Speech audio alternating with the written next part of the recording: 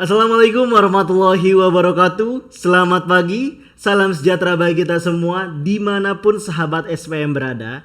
Kembali lagi nih bersama gua Fajar Sidik di acara yang paling kece tentunya di Seni Pasar Modal Channel edisi 20 Januari 2022. Pada edisi ini sama seperti edisi-edisi sebelumnya, yaitu kita akan ngebahas mengenai pergerakan IHSG serta indeks-indeksnya pada perdagangan lalu tanggal 19 Januari 2022, serta ada berita menarik apa yang bisa memicu IHSG untuk hijau atau untuk istilahnya bermanuver-manuver pada perdagangan hari ini. So, keep stay tune.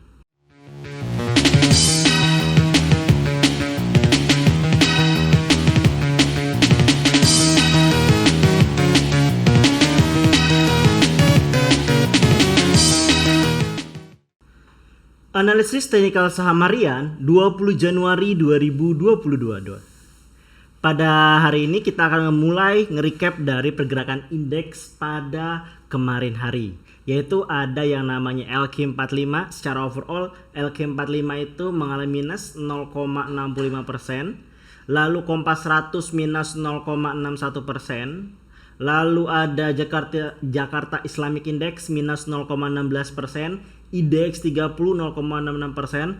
Karena backbone semuanya mengalami merah, maka ini tidak mengherankan bahwa IHSG atau Composite itu minus 0,33%. Walaupun seperti itu, akan selalu ada yang namanya top gainers dan top loser pada perdagangan kemarin.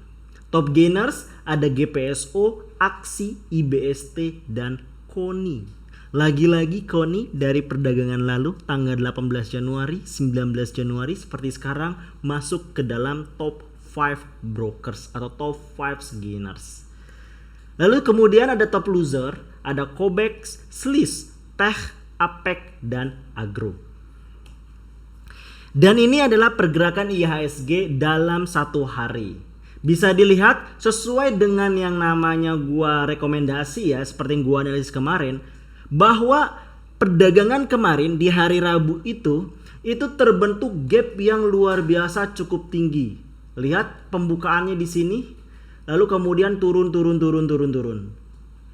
Oke, ini pembukaan yang luar biasa dari gap yang terbentuk dari emiten atau dari IHSG itu sendiri. Kenapa? Karena ini akumulasi dari hari Senin dan Selasa yang volume akhirnya itu cukup tinggi. Yang mengakibatkan pada hari Rabu itu terbentuk gap. Dan inilah sebenarnya gap yang membentuk gap itu yang dimanfaatkan oleh seorang yang namanya trader harian. Trader harian gak usah mantengin dari jam 9 sampai jam 3 sore. Cukup jam 9 sampai 9.30, jam 11.30 sampai jam 12, jam 13.30 sampai jam 14.00, serta jam 14.45 sampai 15.00. Hanya di jam-jam itu saja sebenarnya kerja dari seorang trader harian. Kenapa? Karena pada momen-momen tersebutlah yang paling krusial menentukan bentuk-bentuk candle atau pola dan lain sebagainya macamnya. Secara overall sebenarnya bisa dilihat grafiknya itu naik ya, dia naik ke sini. Namun pada jam 14, lihat nih pada jam 14 dia membentuk tren turun. Artinya kalau lu bisa memanfaatkan momen ini pada kemarin hari, maka lu bisa take profit dari sebanyak-banyaknya. Nanti gue kasih tunjuk. Tetapi untuk hari ini seperti apa? Bisa dilihat volumenya itu mengecil ya. Volumenya itu, lihat volumenya sama dengan buangannya di sini. Artinya imbang sebenarnya. Jadi hari ini apakah ada potensi terbentuk gap? Gue nggak yakin gitu. Lebih ke iya tipis-tipis dan gak jauh dari angka 6591. Pasti ada di kisaran angka segini, gak jauh dari 6591 pada perdagangan hari ini. Dan ini adalah pom-pom news. Hijau atau enggaknya suatu IHSG atau seluruh emiten atau mayoritas saham di Indonesia itu dipengaruhi salah satunya adalah kekuatan sentimen. Bagaimana sebuah sentimen mampu mengarahkan retail, apakah membeli atau menjual. Oleh karena itu, bagaimana cara mempengaruhi sentimen pasar? Yaitu dengan menggunakan yang namanya berita. Berita sangatlah banyak, bisa melalui media cetak, bisa melalui media daring. Media daring pun banyak juga, bisa melalui yang namanya television, bisa mengenai namanya YouTube ataupun koran online. Jadi banyak banget berita-berita yang bisa dipesan dan disetting sesuai dengan pesanan atau arahan dari si gajah ataupun bandar itu sendiri. Kenapa seperti itu? Kita lihat datanya. Ini ada beritanya. Berita dari CNBC Indonesia. Investor retail memang naik, tapi yang aneh-aneh banyak. Bisa dilihat di sini rata-rata dari tahun 2018, ini lihat 2018, 2019, 2020, 2021. Rata-rata hariannya naik. Ini menandakan jumlah investor naik ya. Dari tiap tahunnya mengalami kenaikan. Rata-rata nilai transaksi naik juga. Oke? Jadi secara tahun retail bertambah dari tahun ke tahun. Penambahan yang signifikan sebenarnya terjadi di akhir 2020 sama akhir 2021. Itu penambahan yang signifikan akibat COVID-19. Tetapi yang menjadi masalah ada yang aneh-aneh. Apa itu? Menariknya sedikit disinggung di atas, seiring dengan semakin ramainya pasar modal atau khususnya pasar saham RI, total saham yang dimasukkan ke dalam kategori UMA dan disuspensi melonjak tinggi. Menurut data 2018 sama 2019, datanya hanya 2 digit yang 2 digit saham yang mengalami kenaikan. Berbeda halnya dengan 2020 dan 2021 itu di angka 3 digit. Artinya udah di angka ratusan. Yang terakhir itu di 2021 terdapat 156 kasus yang mengalami atau emiten-emiten yang mengalami UMA. Itu sangat-sangat banyak gitu. Kenapa bisa seperti itu? Itu juga pertanyaannya. Kenapa? Ada yang tahu? Jawabannya sederhana. Karena investor retail, nih lihat, investor retail naik bukan disebabkan karena dia mempunyai ilmu yang banyak. Misalkan belajar dulu basic saham yang kuat, itu dulu. Tetapi berdasarkan yang namanya euforia ataupun bosen semata karena work from home ataupun di rumah aja gitu. Iseng-iseng main saham. Kebetulan naik, wah rame gitu. Masuknya uang para investor muda ini, investor muda ya. Kenapa? Karena dia masih baby investor, nggak tahu sama sekali tentang basic gitu ya. Masuk, terjun, ya udah siap mati, siap kalah gitu. Bisa untung bisa, tapi kebanyakan yang mati banyak gitu. Karena apa? Basic ilmunya nggak ada. Karena basic ilmu nggak ada, cuma berdasarkan euforia, berdasarkan sentimen. Inilah yang mengakibatkan, inilah yang dimanfaatkan oleh si bandar, oleh si gajah dengan mempermainkan harga saham menurut sentimen ataupun dari suatu berita. Jadi jangan heran pada tahun 2022 juga akan semakin banyak emiten-emiten yang mengalami UMA. Gak usah jauh-jauh deh. Case yang paling sederhana ADMR. Itu sudah mengalami UMA. TGKA itu sudah mengalami UMA. IPTV itu sudah mengalami UMA. Apakah perlu ditakuti? Jawabannya enggak. Justru itu yang kita cari sebagai seorang trader harian. Jika sehari 2 hari sudah naik terus, mengalami top gainers, maka di hari ketiga dipastikan dia akan top gainers. lu harus ngambil di situ kesempatan. Gak harus 20%. Seperti yang gue bilang 5-10% atau 2-5%, it's enough gitu. Oke? Kita lanjut ke berita kedua. Berita dari CNBC Indonesia, anaknya Edwin Surjaya, calon direktur Adro, ini profilnya. Jakarta, CNBC Indonesia, emiten pertambangan batubara PT Adaro Energi Tbk, Adro, bakal merombak pengurus perusahaan dan mengubah nama perseroan. Seperti ada profil calon pengurus perseroan yang baru, Adaro Energi akan menyelenggarakan rapat umum pemegang saham luar biasa RUPSLB yang akan dilaksanakan bla bla bla bla. Yang harus kita tahu siapa sih sebenarnya Edwin Surjaya ini? Ini Edwin Surjaya. Kalau lu cari di Google, maka itu akan muncul bahwa Edwin Surjaya itu adalah salah satu founder atau pendiri dari Saratoga Investment. Dari Saratoga. Saratoga udah kita ketahui siapa? Pak Sandiaga Uno. Pak Sandiaga Uno di mana? Di lingkaran pemerintahan. Oke, jadi saling berkaitan di sini ya. Berkaitannya di mana? Artinya di sini kurang lebih dan sebagainya macamnya, nggak mungkin yang namanya sepi. Pasti akan ada yang namanya permainan ekspansi untuk menambah laba sehingga harga bisa naik dengan menarik retail dan juga bisa mendapatkan dividen yang besar.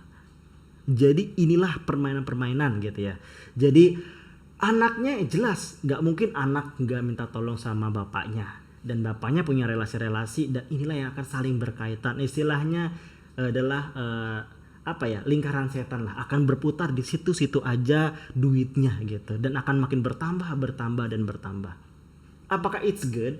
Bagi investor it's good. Bagi swing trader, momentum trader it's good. Bagi trader harian it's good. Kenapa? Artinya satu yang pasti, gak bakal yang namanya perusahaan tersebut ini delisting ataupun rugi gitu untuk beberapa waktu dan lu bisa manfaatin itu. Oke, kita lanjut ke berita ketiga. Berita dari CNBC kembali.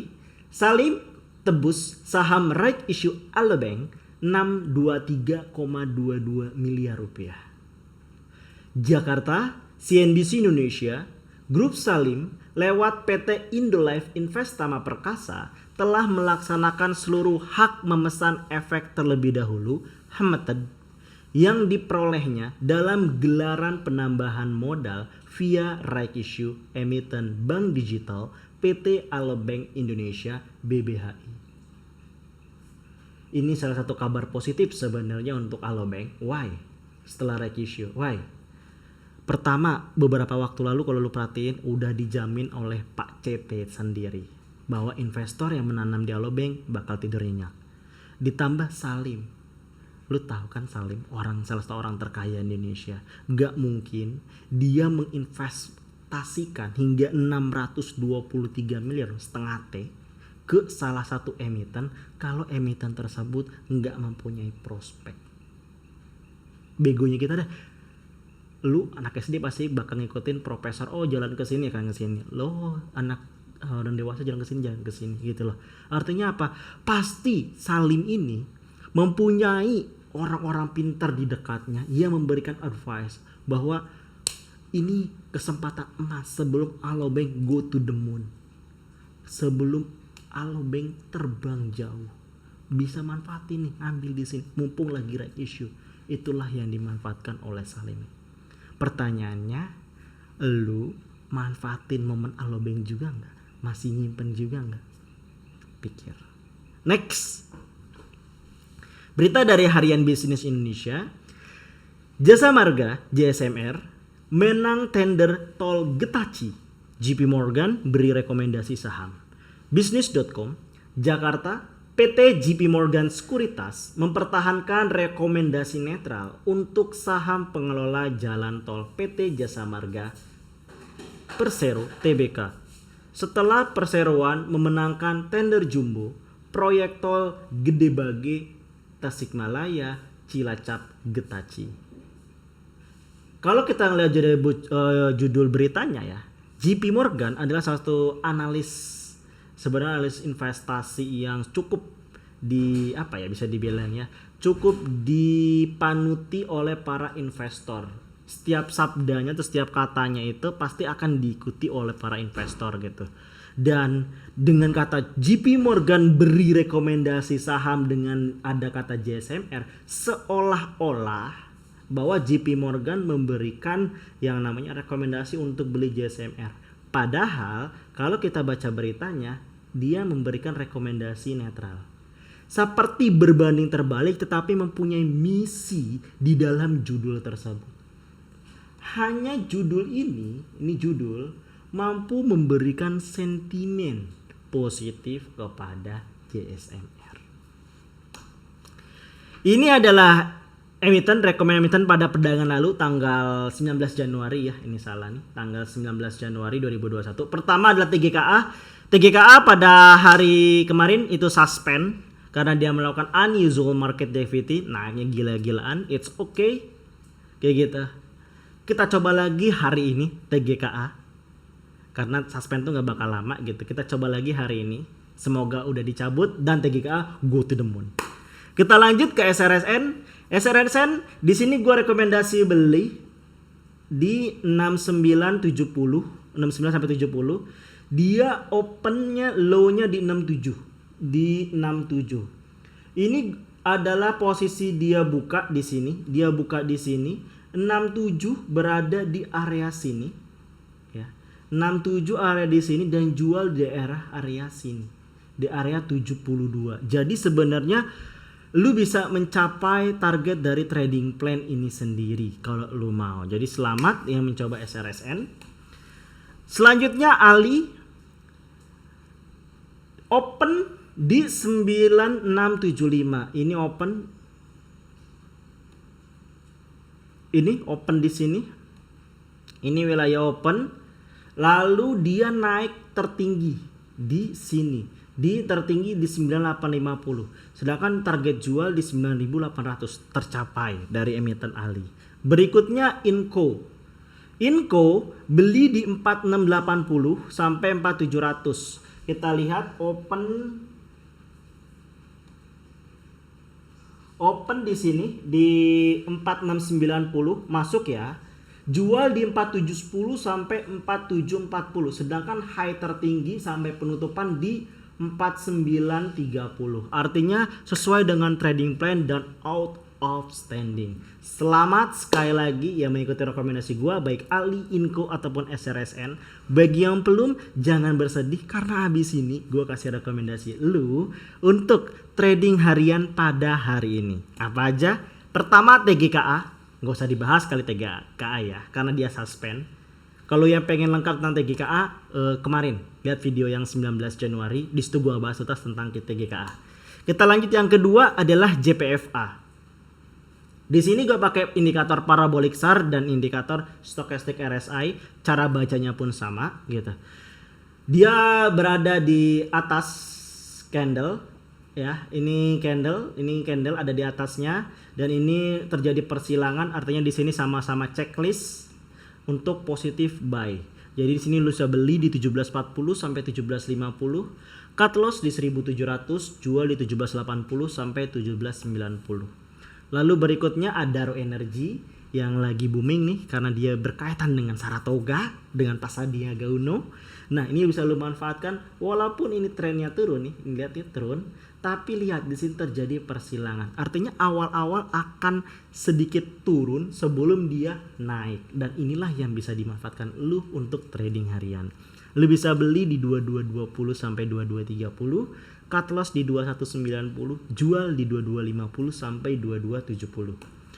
Dan terakhir adalah Pras, salah satu emiten gorengan. Bisa lihat posisinya berada jauh dari candle, berarti strong trend. Strong trend dalam hal ini adalah uptrend. Ya. Dan ini terjadi persilangan. Walaupun masih di atas, dia akan turun dulu pada awal-awal sesi sebelum naik kembali. Jadi lu bisa manfaatin di harga terendah, jangan nafsu, tunggu sekitar jam 9 lewat 8, 9, 10 baru lu masuk di emiten Pras ini. Lu bisa beli di 266 sampai 270, cut loss di 250, jual di 280 sampai 286.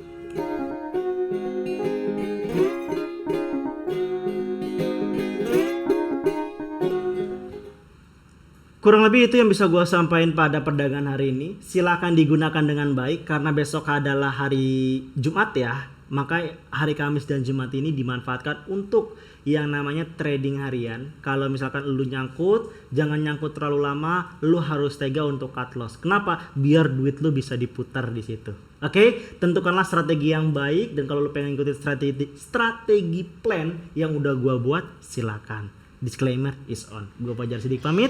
Bye.